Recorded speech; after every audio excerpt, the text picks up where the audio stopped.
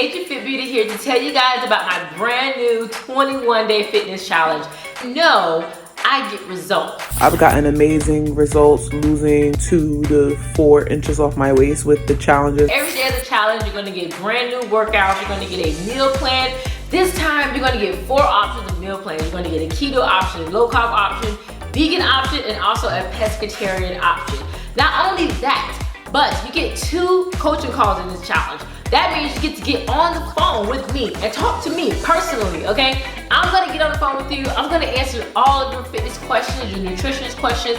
In this challenge, when I say these ladies be putting in work, I've had ladies that lose up to 10 to 20 pounds within the 21 days. I lost 18 pounds in 21 days. I completed 2 of the 21-day keto challenges, lost a total of 22 pounds. Key points that I felt helped me on my journey. Number 1, accountability. Number 2, meal prep. Number 3, the workouts. Number 4, the weight loss.